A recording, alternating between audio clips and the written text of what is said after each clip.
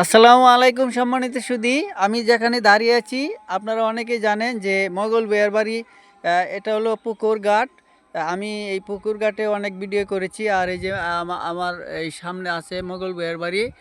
সেই মোগল বিয়ার বাড়ি নিয়ে কিন্তু আমি অনেক ভিডিও এবং কবিতাও লিখেছি। তো অনেক সময় আমি বাড়িতে আসলে কিন্তু মোগল বিয়ার বাড়ির কাউরে পাই না, কারণ ওরা যে মোগল বিয়ার যে উত্তরসূরিরা আছে অনেকেই ঢাকা শহর বা দেশের বাহিরে থাকে। তো বাড়িঘর একদম পরাপুরে থাকে, এই যে দেখেন বাড়িঘর। তো আজকে পাইলাম ভাগ্যক্রমে আমাদের সেই ঐতিহ্যবাহী আমাদের টামনি নয়াপাড়া মোগল ভূয়া বাড়ির যে উত্তরসূরি ভূয়ার নাতি সেই নেফু ভাই।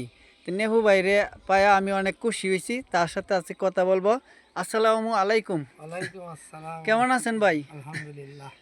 তো আপনার কাছে আমার একটা প্রশ্ন জানার, সেটা হলো যে মোগল ভূয়া তো আপনার দাদা ছিলেন না? হ্যাঁ দাদা, তো দাদাদের মধ্যে উনি সবার বড়। উনি সবার বড়। তো মোগল ভূয়ারা কয় ভাই ছিল? 5 ভাই ছিল। 5 ভাই না? তো 5 ভাইয়ের মধ্যে এখন আছে কয়জন? নাই, কেউই নাই। তো মোগল ভূয়ার যে বাতি যারা, যেটা আপনারা চাচারা বাপ চাচারা, এদের মধ্যে এখন কয়জন এদের আছে? মধ্যে একজন আছে, ডাক্তার আব্দুল বায়েজ ভূঁইয়া। ও ডাক্তার আব্দুল আব্দুল বায়েজ ভূয়া, যেটা বাংলাদেশের মধ্যে নাম করা কিন্তু ডাক্তার, হ্যাঁ, উনি প্রফেসর। বিএসসি সাহেব। হ্যাঁ, উনি ঢাকা মেডিকেলের হেড অফ দ্য ডিপার্টমেন্টে ছিলেন। হ্যাঁ। ও আচ্ছা।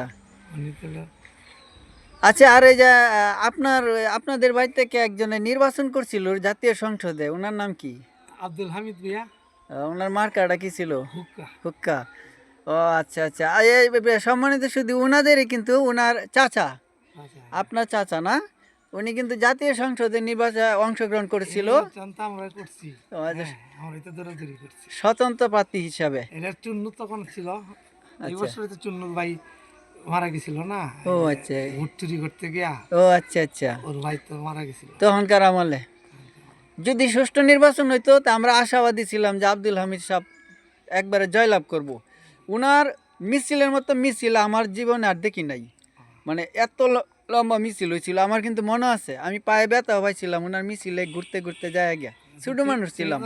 হ্যাঁ হ্যাঁ, অনেক লম্বা মিছিল হয়েছে, আর কোনো মিছিলে আমি দেখি নাই।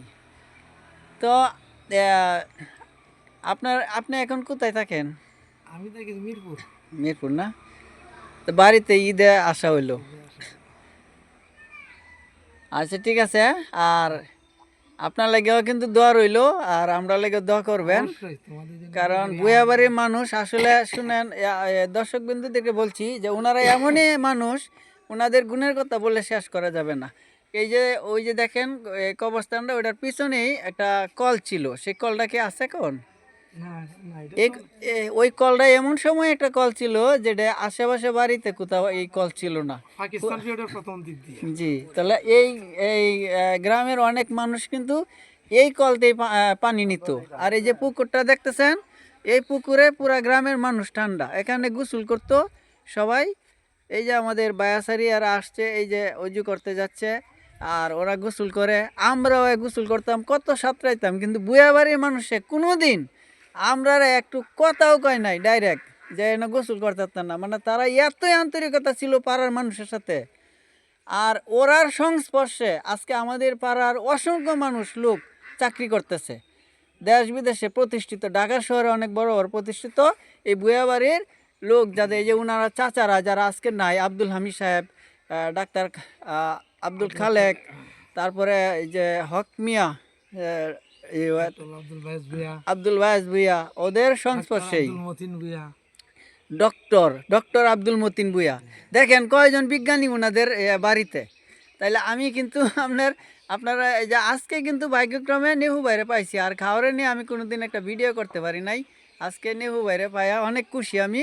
তো এই যে এই বাড়িতেই আরেকজন ডক্টর কিন্তু এই যুগের নতুন, যে উনি বিশ্বব্যাংকে চাকরি করে, সে ডক্টর জাকির হাফিজ, জাকির হাফিজ ভাই। তিনি কিন্তু ওয়ার্ল্ড ব্যাংকে অফিসার পদে আছে, অফিসার র্যাঙ্কে আছে।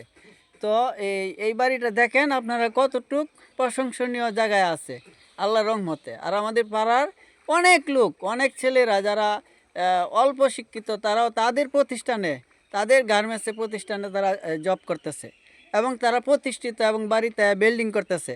প্রতিষ্ঠিত হচ্ছে। এটা কিন্তু আমাদের গ্রামের গর্ব, এই আমাদের বুয়া বাড়ি।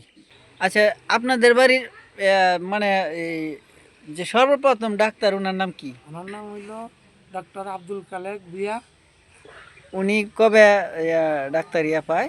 উনি তো মিলিটারি ক্যাপ্টেন ছিলেন। আচ্ছা উনি লাহোর মেডিকেল কলেজ থেকে পাস করা। আচ্ছা আচ্ছা, লাহোর মেডিকেল কলেজ থেকে। তখন বাংলাদেশে মেডিকেল কলেজ হয় নাই। আচ্ছা হ্যাঁ, এরপরে হইল ডক্টর আব্দুল মতিন ভুইয়া, উনি পিএইচডি করছে লন্ডন থেকে। এরপরে ডক্টর আব্দুল বাহেজ ভুইয়া, উনি করাচি মেডিকেল থেকে পাস করছে। ওরে বাপরে, তখন দেশ স্বাধীনতার পরে তো এই উনারাই বড় ডাক্তার, মানে বাংলাদেশের মধ্যে বড় ডাক্তার যে কজন ছিল উনারা। গাইনি বিভাগে ডাক্তার বায়েস সাহেব, তো বায়েস সাহেব আল্লাহর রহমতে এখনো আছে। হ্যাঁ, হ্যাঁ উনি আছে। তো ও শুনছি উনারা নাকি কোনো একটা মেডিকেল আছে নাকি, হ্যাঁ, ওনার কয়েকটা সংস্থা আছে, মেডিকেল আছে, ক্লিনিক আছে। ক্লিনিক আছে। নেও ভাই, আপনার জন্য দোয়া রইল, আর আমরা যেন দোয়া করবেন। তাদের অর্থবিত্ত আছে, তারা যাতে একটু মানবতার কাজ করে, তাদের নিজের প্রতিবেশীর খেয়াল রাখে। ঠিক আছে, আচ্ছা রাখি, আসসালামু আলাইকুম।